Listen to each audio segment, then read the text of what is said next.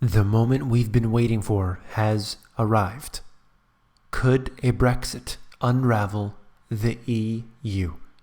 You came here for the truth, so let me unveil that for you. Today we will discuss the potential possibilities of a Brexit. We'll look at the polls right now as of this video.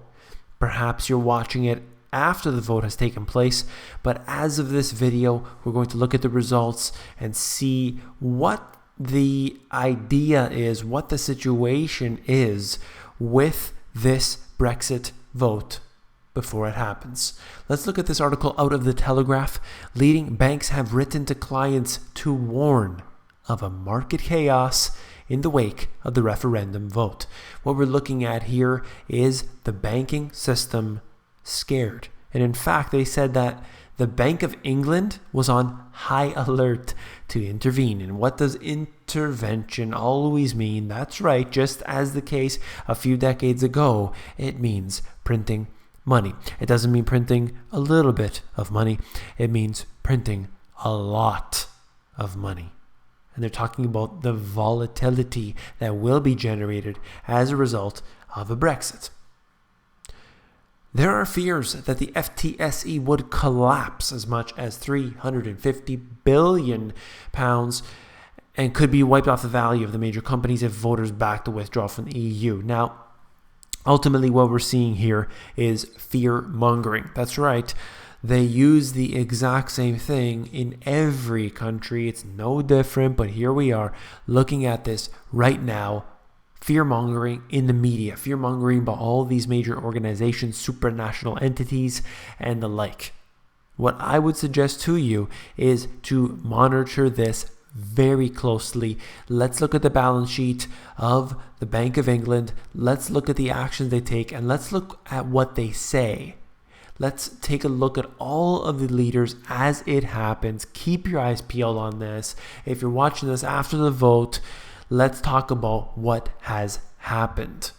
This is out of Bloomberg. It's very interesting for you to check out as you look at the Brexit poll tracker. And you can see that from September 1st, when the referendum question was set, how things have changed. But if you look at this chart, it really hasn't changed a real lot. Those who are voting Remain are still in that boat, and those who want to stay are in that boat as well. They're not necessarily moving. Of course, there's fluctuations, but ultimately, to me, it seems about the same. And they're suggesting that most of the people want to remain in the EU. If you are from the EU, if you are from Britain, if you're from the UK, I want to hear from you. I want to know, does anybody want to stay in there? If I was me, if I lived there, I would want to leave. I would not have any respect for these supranational entities which want to make these laws, these rules over me. That's why I do not support the so-called head of state of Canada, the Queen, the monarchy. This is something that has failed. As far as I'm concerned, there's no head of state in Canada, and you have that choice to at least use your voice to say, no, I do not accept that, and make it known. After the Brexit, would it be Swexit and Grexit? The Grexit was something that we saw previously, but it's not over yet. And think about the potential possibilities of the domino effect of one country after another leaving the EU. This would be disastrous. In fact, I think even one could be disastrous to the EU. Ultimately, the reason the EU is created is to have a body above a supranational entity, technocratic elite, whatever, above these nations to decide their laws. That's the reason you have it. It's a totalitarian system, which is, in fact, and that reminds me of the totalitarian tiptoe that has occurred. And basically what this is that you have first the treaties, agreements, and you have all of these different pacts that take place, usually regarding trade between a few nations, and they say, look, your country is the best at its lumber exports. So you are going to export the lumber, and we are going to provide the cheap labor, and this country is going to provide this and that and so on.